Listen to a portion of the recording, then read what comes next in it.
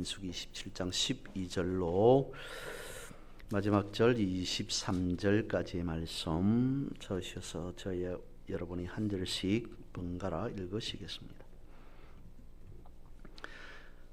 여호와께서 모세에게 이르시되 너는 이 아바림 산에 올라가서 내가 이스라엘 자손에게 준 땅을 바라보라.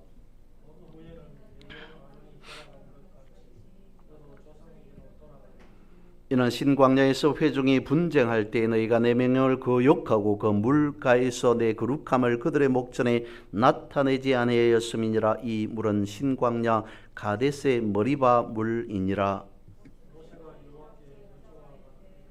여호와 모든 육체의 생명의 하나님이시여 원하건대 한 사람을 이 회중 위에 세워서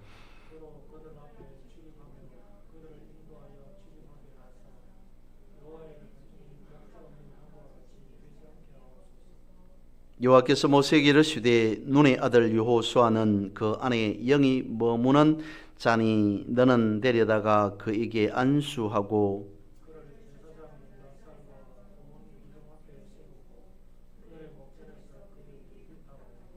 내 존귀를 그에게 돌려 이스라엘 자손의 온 회중을 그에게 복종하게 하라.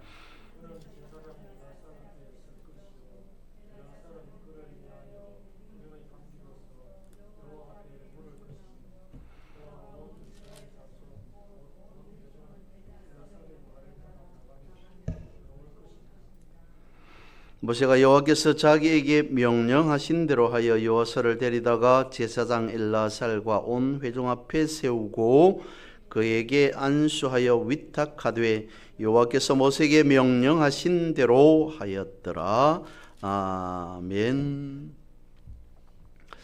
우리는 일반적으로 놓고 봤을 때 성령의 임재 혹은 성령 충만이라고 하는 말은 익숙해져 있습니다. 이에 반해서 하나님의 영이라고 하면 조금 덜 친숙하지 않을까 싶습니다. 그런데 하나님께서 사람을 지으시던 창세기에서 말씀하고 있는 하나님이 사람의 코에 생기를 불어 넣으셨다라고 하는 것을 우리가 놓치지 않고 생각한다면 결코 하나님의 영이라고 하는 것이 우리에게 친숙하다, 익숙하다라고 하는 것을 알게 되어집니다. 하나님께서 사람의 코에 불어넣으신 생기라고 하는 것은 무엇이겠습니까? 하나님의 숨결을 불어넣으셨다는 것입니다. 하나님의 영을 사람에게 불어넣으셨다라고 하는 것이죠. 그러니까 사람은 처음부터 하나님의 영을 가지고 태어난 것이다 라는 것입니다. 로마서 8장 9절입니다. 만일 너희 속에 하나님의 영이 거하시면 너희가 육신에 있지 아니하고 영에 있나니 누구든지 그리스도의 영이 없으면 그리스도의 사람이 아니라 라고 말씀하고 있습니다. 분명히 하나님의 영이 있고 하나님의 영이 그리스도의 영이 되어지며 또한 성경에서는 성령이라고 말씀하기도 합니다. 본문의 말씀을 개략적으로 간단하게 살펴보면 이렇습니다. 12절에서 14절은 하나님께서 모세를 아바림 산으로 부르십니다. 그리고 가나안 땅을 바라보게 하시고 머리바에서 불순종한 사건으로 인해 결국 모세는 가나안 땅을 들어가지 못하게 된다라고 하는 것을 말씀하십니다. 이어서 15절에서 17절까지는 그러므로 모세에게 하나님께서 말합니다. 이스라엘 백성들을 가나안 땅까지 인도할 모세를 대신할 후계자 즉 지도자를 세워라 라고 말씀을 하시죠. 그리고 18절에서 23절까지는 모세가 이에 하나님 앞에 순종하여서 여호수아를 후계자로 세우게 된다라고 하는 것으로 말씀되어 있습니다. 그 가운데에서 중심된 구절이 바로 18절 말씀입니다.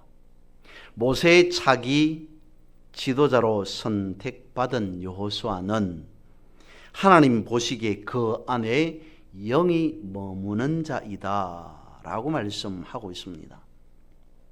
하나님의 영에 감동된 자, 성령 충만한 자이기 때문에 모세의 후계자로 세운다라고 하는 것을 말씀하고 있다는 것이죠. 그러면 하나님의 영이 머무는 자의 특징은 무엇이겠습니까? 첫 번째로 이렇게 살펴봅니다. 하나님의 영이 있는 사람은 인정할 만한 인품을 가진 자이다라는 것입니다. 19절 말씀을 다시 봅니다. 그를 제사장 엘라살과 온 회중 앞에 세우고 그들의 목전에서 그들에게 위탁하여 라고 말씀하고 있습니다. 모든 사람들이 보는 앞에서 여호수아를 임명하라는 것입니다. 공식적인 후계자 임명식을 거행하라라고 말씀하고 있다는 것이죠. 그런데 중요한 것은 하나님의 영이 머무는 자이기 때문에 후계자로 삼았다는 겁니다. 오늘 성도인 우리의 인품, 성품이 어떠해야 하는가라고 하는 것을 생각해 본다면 바로 18절에서 말씀하고 있는 이 구절이 답이다라고 말할 수 있습니다. 하나님의 영이 머무는 자여야 한다라고 하는 것이죠. 성령으로 살아가는 자는 하나님의 말씀이 그 안에 있다는 것을 전제하고 있습니다. 신명기 8장 3절에서 말씀하고 있죠. 예수님께서도 예를 들었던 구절입니다. 사람이 무엇으로 살아간다고요? 떡으로 살아가는 것이 아니라 하나님의 입에 나오는 모든 말씀으로 산다라고 말씀하셨습니다. 떡이라는 것과 하나님의 말씀, 원어에서는 살펴보면 이 말씀이라고 하는 것이 빠져 있다고 하는데요. 아무튼 오늘 우리가 가지고 있는 성경에서는 떡이라고 하는 것과 하나님의 입에서 나오는 말씀이라고 하는 것을 비교하고 있습니다. 그러면 신약의 관점에서 떡과 하나님의 말씀을 생각해 보면 이러지 않을까 싶습니다. 떡이라고 하는 것은 옛사람을 비유할 수 있을 것 같고요. 그리고 하나님의 입에서 나오는 모든 말씀이라고 한다면 그 말씀을 통해서 거듭난 새 사람, 새 존재라고 하는 것으로 살펴볼 수 있지 않을까 싶습니다. 그런데 우리가 살아가는데 떡이 중요하지 않습니까? 중요합니다. 매우 중요합니다. 떡이 중요하지 않고 말씀이 중요하다, 말씀만 중요하다라고 하는 것이 아닙니다. 음식이 중요하지 않다는 것 아닙니다. 그보다도 말씀이 중요하다라고 하는 것이죠. 떡을 앞세워서 살아가는 것이 아니라 사람이 살아가는 생명의 가장 기본이 되는 근간은 말씀이어야 된다. 떡이 1번이 아니라 말씀이 1번이 되고 그 뒤에 2번으로 떡이 와야 되는 그런 우선순위가 무엇인가라고 하는 것을 제대로 아는 사람을 두고 그렇게 말씀하고 있다라고 살펴볼 수 있습니다. 하나님의 영이 머무는 자, 성령으로 충만한 자라고 하는 것은 말씀으로 살아가는 자라고 하는 것이죠. 두 번째, 하나님의 영이 있으면 하나님의 일을 할 수 있는 능력이 있다라는 것입니다. 20절 말씀을 다시 읽어봅니다. 내 존귀를 그에게 돌려 이스라엘 자손의 온 회중을 그에게 복종하게 하라라고 말씀하고 있습니다. 지도자 모세를 이어갈 여호수아에게 모든 권한을 이제 다 주라고 하는 말씀이 되어지죠. 그렇게 해서 모세를 이어서 여호수아가 후계자가 이스라엘의 지도자가 되었습니다. 그때 지도자가 된 여호수아에게 하시는 하나님의 음성입니다. 여호수아서 1장 5절과 6절 우리가 잘 아는 말씀이죠. 내 평생에 너를 능히 대적할 자가 없으리니 내가 모세와 함께 있었던 것 같이 너와 함께 있을 것임이니라. 내가 너를 떠나지 아니하며 버리지 아니하리니 강하고 담대하라. 너는 내가 그들의 조상에게 맹세하여 그들에게 주리라 한 땅을 이 백성에게 차지하게 할 것이다 라고 말씀하고 있습니다. 이 구절 속에서 중요한 부분이 있다면 그것은 함께라는 말입니다. 모세를 이은 후계자 여호수아에게 하나님이 비로소 함께라고 하는 말을 쓰진 않았습니다. 성경 어쩌면 전반에서 하는 말씀, 함께라는 것을 하나님은 자주 사람에게 사용했습니다. 오늘 본문에 있는 모세에 뒤이은 후계자인 여호수아에게 하나님께서 말씀합니다. 내가 너와 여호수아와 함께 하겠다라고 말씀하고 있습니다. 그러면 이 함께라고 하는 말이 무엇인가? 성경에 있는 배라고 하는, 성경에서도 비유하고 있는 배라고 하는 것으로 한번 우리가 생각해 보면 이렇지 않을까 싶습니다. 먼저 첫 번째로 배가 있습니다. 배 안에 나도 있고 하나님도 계십니다. 그런데 그 배를 움직이게 하는 것은, 즉 배를 조정하는 것은 나입니다. 하나님은 단지 배 안에 동성해 계시는 분이 되어집니다. 내가 갈 방향을 정하고 내가 목적지를 정하고 내가 알아서 운전하면서 조타륜을 움직이면서 배를 몰고 가고 있습니다. 이것을 두고 하나님 우리와 함께 하신다라고 하는 성경적인 의미이겠습니까? 똑같은 것입니다. 배가 있습니다. 역시 내가 운전하고 있습니다. 내가 직접 조타수가 되어졌습니다. 하나님도 그 안에 계십니다. 그런데 배를 내가 운전을 하고 있습니다만 그 배를 나가게 하는 것은 내가 아니더라는 거죠. 생각해 보면 키를 잡고 내가 운전하는 것 같으나 배를 나가게 하는 것은 내가 아니라 배 안에 연료가 있어야 됩니다.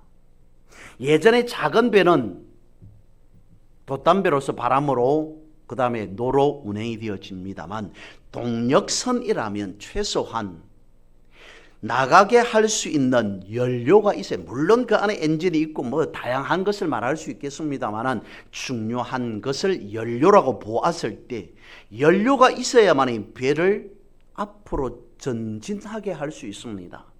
내가 운전대를 잡고 방향을 정하고 목적지를 정하고 나아가는 것 같지만 연료 없이는 배를 한 발도 움직이게 할 수 없습니다. 그 연료를 우리가 성령으로 보고 하나님의 말씀으로 보고 믿음으로 본다면 그것을 두고 하나님이 함께 하신다라고 말할 수 있지 않을까 싶습니다. 끊임없이 그 동력을 앞으로 나아가게 할 수 있는 추진력을 하나님께서 주십니다. 그리고 하나님은 단지 동성만 하고 계시는 것이 아니라 내가 목적지를 정하고 내가 앞으로 운전을 해서 나아가게 하는 것 같지만 하나님께 물어봅니다. 하나님, 앞에 이렇게 장애물이 있습니다. 앞에 저렇게 우회전이 있습니다. 좌회전이 있습니다. 어느 쪽으로 방향을 틀면 되겠습니까? 라고 하면서 하나님께서 주신 그 추진력으로 하나님과 함께 동행하며 하나님께 물으며 나아가는 것을 두고 성경에서는 함께라고 말씀하고 있다는 것이죠. 모세가 광야에선 이스라엘 백성들을 인도할 수 있었던 비결은 무엇이었습니까? 하나님과 함께 하심이었습니다. 후계자 여호수아에게도 하나님께서 함께 하신다는 것은 하나님을 여전히 모세처럼 여호수아도 바라보게 하신다는 것입니다. 오직 하나님만 바라보게 하는 말, 그것이 함께라는 것이죠. 그런 여호수아에게 하나님께서 능력을 부어 주셨다는 것입니다. 하나님의 영이 머무는 사람은 하나님이 함께함으로 하나님의 능력으로 살아간다는 것입니다. 고린도전서 2장 11절입니다. 사람의 일을 사람 속에 있는 영 외에 누가 알리요? 이와 같이 하나님의 일도 하나님의 영 외에는 아무도 알지 못하느니라 라고 말씀하고 있습니다. 성도의 인생을 이끌어가는 것은 성령의 역사라는 것이죠. 여호수아가 모세의 권한을 받았을 때 그것을 사용할 수 있는 능력이 모세에게서 나오는 것이 아니라 하나님으로부터 나왔다는 것입니다. 그러면 여호수아가 해야 할 일은 무엇이겠습니까? 나는 하나님의 일을 하는 자라고 하는 인식, 그것이 필요한 것입니다. 나는 하나님의 일을 행한다라고 하는 믿음이 여호수아에게 필요했다는 것입니다. 그래서 여호수아를 통해서 하나님이 일하셨다는 것이죠.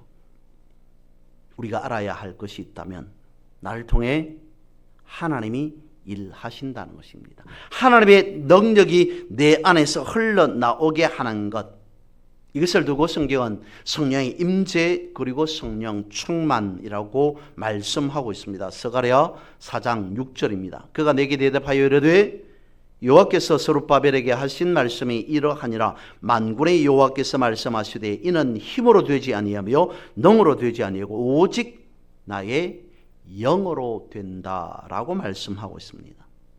왜 그렇습니까? 하나님의 일이기 때문입니다. 하나님의 일은 성령에 의해서 이루어진다라고 하는 중요한 진리인 거죠. 그래서 교회인 우리는 내 생각과 하나님의 뜻을 분별해야 합니다. 왜 성경에서 말씀에 순종하라라고 강조하고 있을까요? 내 생각을, 내 뜻을 앞세우지 말라는 것입니다. 하나님의 말씀을 앞세우라는 것입니다. 그럴 때 우리는 하나님의 일을 주님의 뜻 안에서 감당할 수 있는 능력이 주어진다는 것이죠. 세 번째로는 그래서 하나님의 영이 머무는 사람은 말씀을 쫓아 살아가는 사람이라는 것입니다. 21절입니다. 그는 제사장 엘라살 앞에 설 것이요 엘라살은 그를 위하여 우림의 판결로서 여호와 앞에 물을 것이며 그와 온 이스라엘 자손 곧 온 회중은 엘라살의 말을 따라 나가며 들어올 것이다 라고 말씀하고 있습니다. 여호수아는 모세와는 달리 대제사장의 권위 아래에 놓이게 되어진다는 것입니다. 그래서 여호수아는 이스라엘의 중대사를 직접 결정할 수 있는 것이 아니라 대제사장을 통하여서 처리하게 되었다는 것입니다. 여호수아에게 어려운 문제가 있을 때마다 대제사장 앞에 나아가서 성경의 본문에 우림의 판결을 받아야 된다라고 말씀하고 있습니다. 하나님의 영이 머무는 사람은 매 순간 어떤 결정할 일이 있을 때마다 하나님께 물어야 한다는 것이죠. 말씀을 쫓아 혹은 말씀을 따라라고 한다는 것은 매 순간 하나님께 묻는다는 것을 의미하고 있습니다. 앞서 읽어드렸던 부분을 다시 읽어봅니다. 하나님께서 여호수아의 부담감을 아셨습니다. 그래서 여호수아에게 말씀을 쫓아 행하라고 여호수아 1장 7절에서 9절에서 말씀하고 있습니다. 오직 강하고 극히 담대하여 나의 종 모세가 내게 명령한 그 율법을 다 지켜 행하고 우로나 저로나 치우치지 말라. 그리하면 어디로 가든지 형통하리니 이 율법책을 내 입에서 떠나지 말게 하며 주야로 그것을 묵상하여 그 안에 기록된 대로 다 지켜 행하라. 그리하면 내 길이 평탄하게 될 것이며 내가 형통하리라. 내가 내게 명령한 것이 아니냐. 강하고 담대하라. 두려워하지 말며 놀라지 말라. 내가 어디로 가든지 내 하나님 여호와가 너와 함께 하느니라 하시니라 라고 말씀하셨습니다. 강하고 담대하라는 것은 여호수아가 져야 할 부담감을 하나님이 대신 지시겠다는 겁니다. 그래서 마음을 가볍게 하라, 부담 갖지 말라라고 말씀을 하셨습니다. 여기에서 우리가 알아야 할 중요한 내용 하나가 있습니다.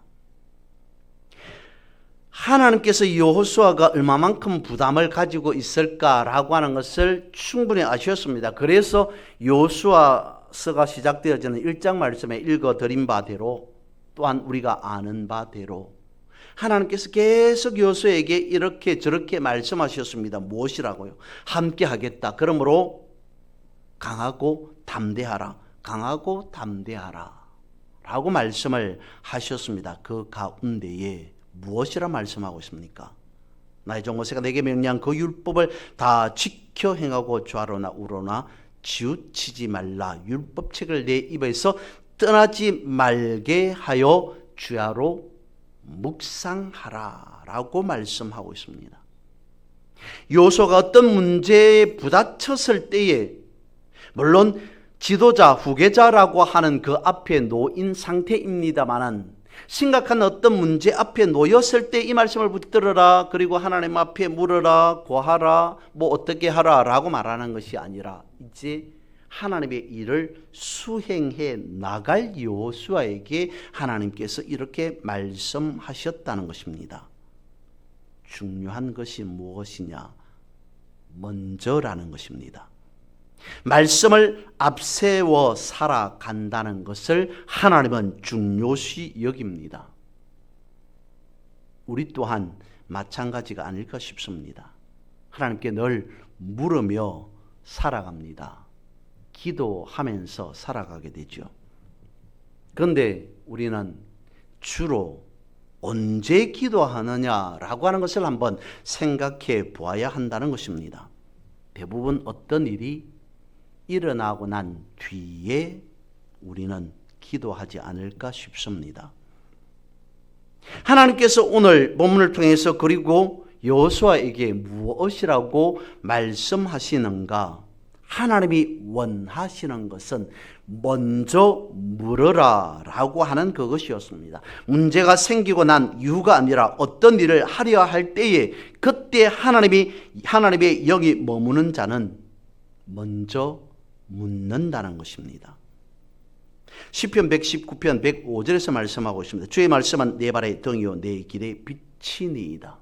말씀을 앞세우고 살아간다. 말씀 따라 살아간다. 말씀에 순종하면서 살아간다. 말씀대로 살아간다. 성령의 이끄심대로 살아간다 라고 하는 것에 대한 의미로 볼 수 있다는 것입니다. 이어서 시편 143편 8절에 이렇게 고백하고 있습니다. 아침에 나로 하여금 주의 인자한 말씀을 듣게 하소서. 내가 주를 의뢰함이니이다. 내가 다닐 길을 알게 하소서. 내가 내 영혼을 주께 드림이니이다. 항상 앞서가는 하나님을 바라보며 살아가는 것, 항상 말씀을 앞세우며 살아가는 것, 그것을 두고 성경은 하나님의 영이 머무는 자이다. 하나님의 일꾼은 하나님의 영이 머무는 자를 두고 하시는 말씀입니다. 하나님의 영이 머무는 자는 하나님의 일을 할 수 있는 능력으로 살아가는 자입니다. 그 사람은 매 순간 말씀을 쫓아 하나님께 묻는 자라는 것이죠. 성령의 임재를 원합니다. 성령 충만하기를 원합니다. 라고 할 때 오늘 본문의 말씀 속에서 주님, 나도 우리도 여호수아처럼 하나님의 영이 머물러 하나님의 일꾼으로 세워주십시오 라고 해야 할 것입니다. 그래서 우리 또한 여호수아처럼 성령 충만한 사람이 되어서 하나님께 쓰임받는 일꾼이 되어지기를 주님의 이름으로 선포하고 축복합니다.